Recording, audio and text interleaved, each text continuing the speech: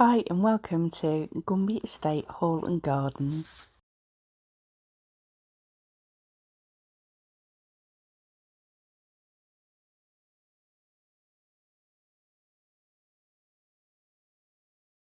Gunby Estate Hall and Gardens is now a National Trust property, and it's not actually been open to the public for that many years, so it's a real treat that we're able to come and look around today and share it with you. A second home which always belonged to the Massingbirds. We can date the Massingbird family tree for Gunby Hall right the way back to Thomas Massingbird, and he lived between 1562 and 1636. The house was always a second home, which is hard to believe, seeing as it's so grand. So when they wasn't spending their time in Gunby, they were in London. This gave them many connections.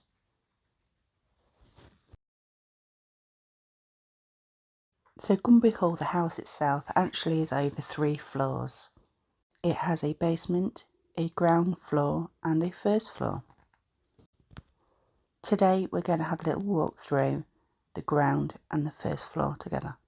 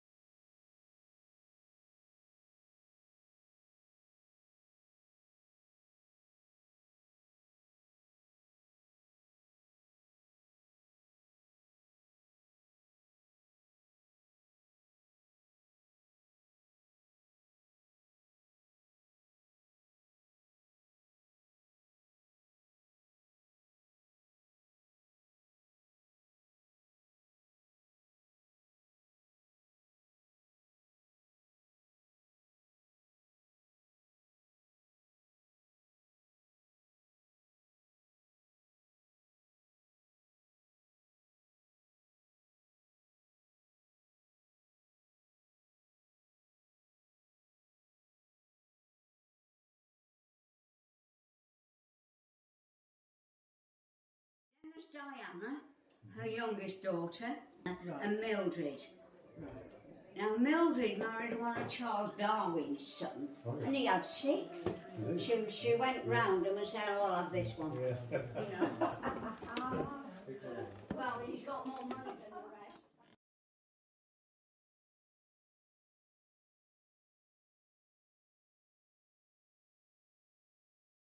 The Ante Room. Entering the house was what was formerly the housekeeper's room. With a flagged floor, this became an ante room to the new dining room as part of the alterations in 1873.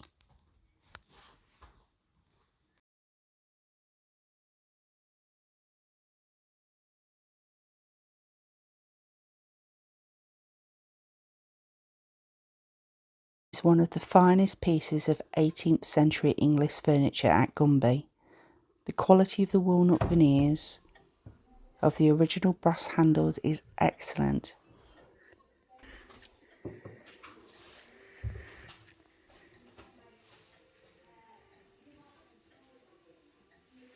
The other major piece of furniture in this room is the walnut full-front desk, dating from 1710. This piece has been altered to form a cupboard with a pair of side-hung doors.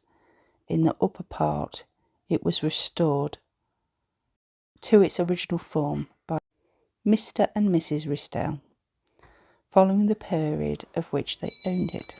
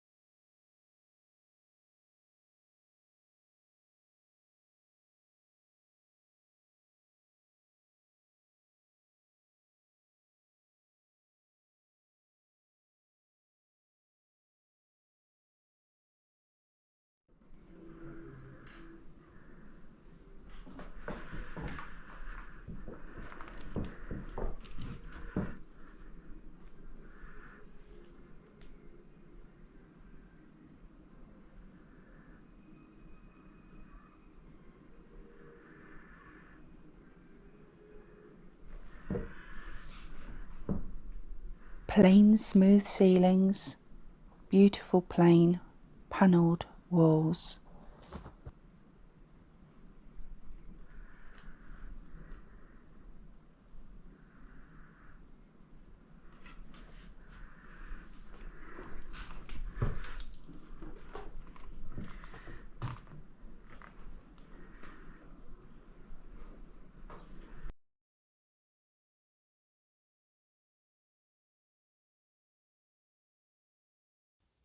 The library. This is considered to be the remains of one of the best examples of a squire's library.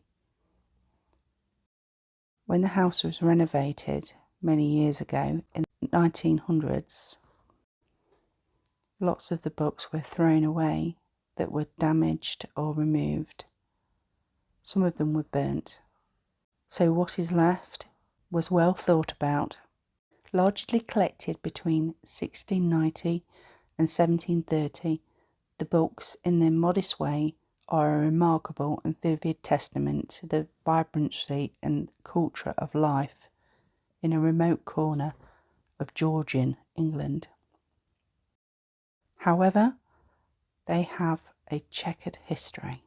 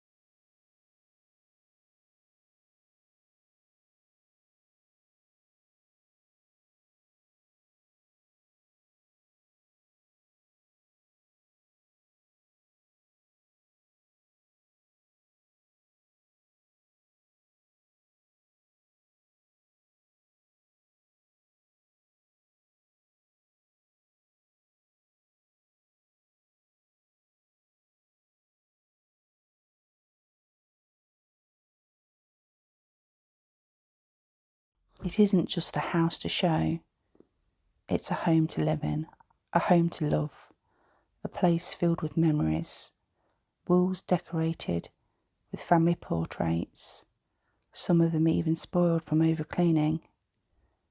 This house was lived.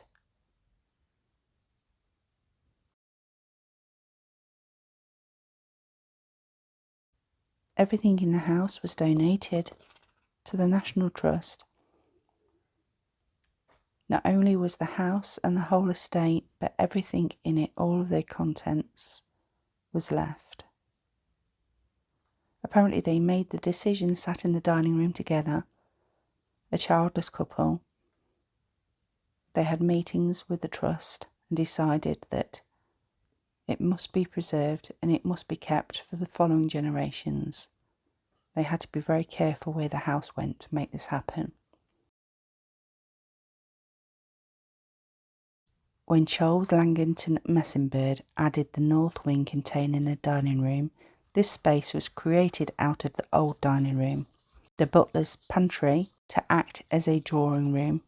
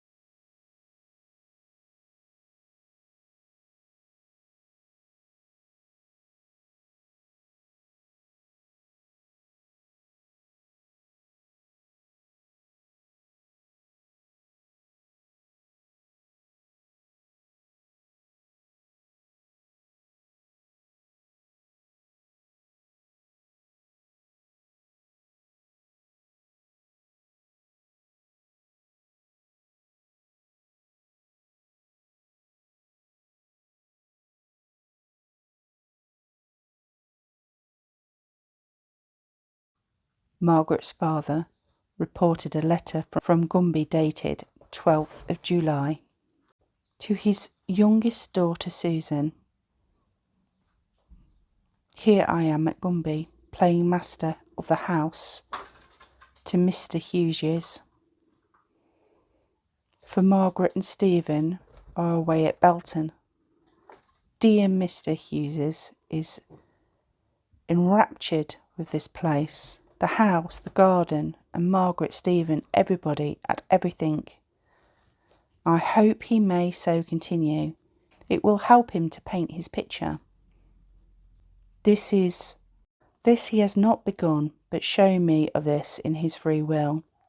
A sketch he has made for this design. Margaret in the garden, a little bit of house showing, and the flowers and the white doves. He says it will be decorative.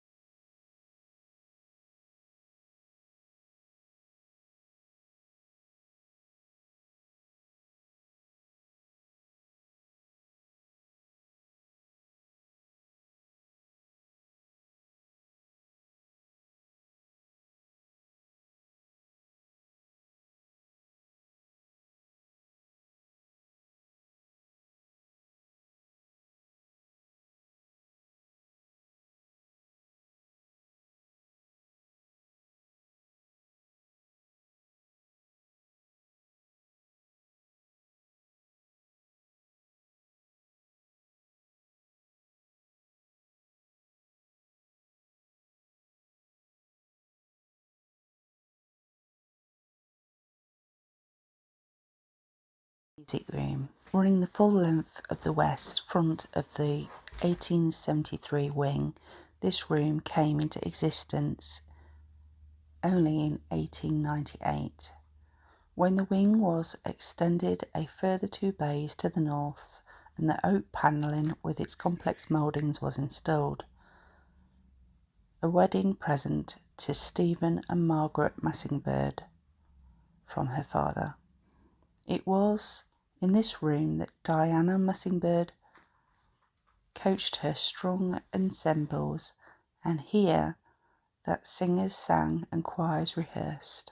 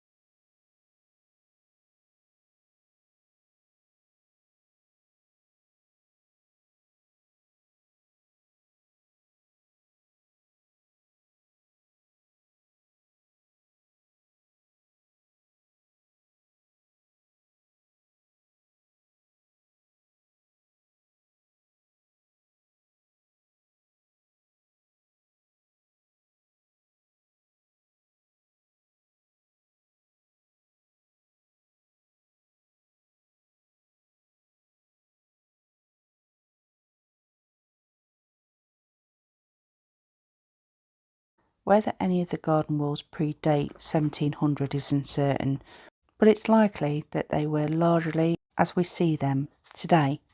Quite early in the garden's development, a dovecote and garden's cottage were probably early arrivals too. A barn was built north of the hall in 1730, but it was in the 1735 that the fine stables and coach houses seen today were built by William.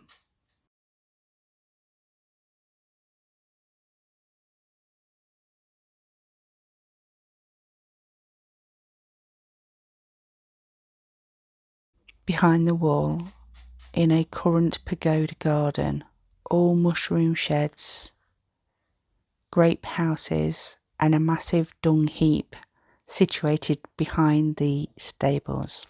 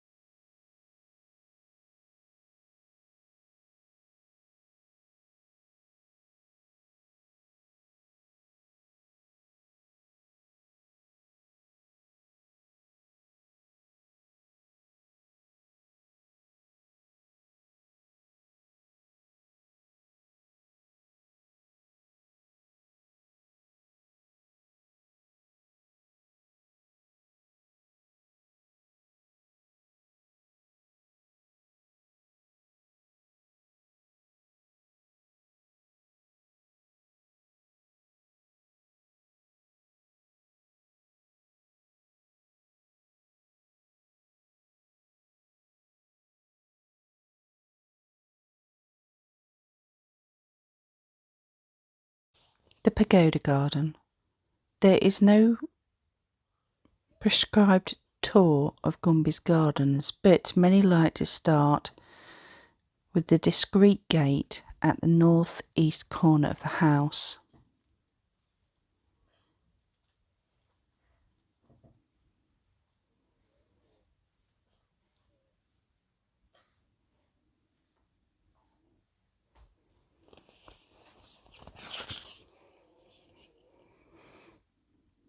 Dovecotes are a common feature of country house estates from medieval times. Young doves were harvested from the nest boxes which lined the walls. So as we enter the house, we enter and put culinary uses. And this gives us a really nice little opportunity to talk about the builder. Retains its fixed larder set into the revolving mechanism. Sir William Messenberg. That gives easy access to the doves. Honeysuckle. So all references point that there was an existing house on the site when Sir William was building. Blah, blah, blah. When Sir William started the kitchen garden that stands today. The kitchen garden. Nothing of the original house that all remains, the areas of the garden, lots of bricks were used. It appears that all of the areas of the gardens at Gunby. The kitchen garden has altered least in appearance over the usage of time. The cross-axle paths divide the four main compartments, and the linking perimeter path are all in evidence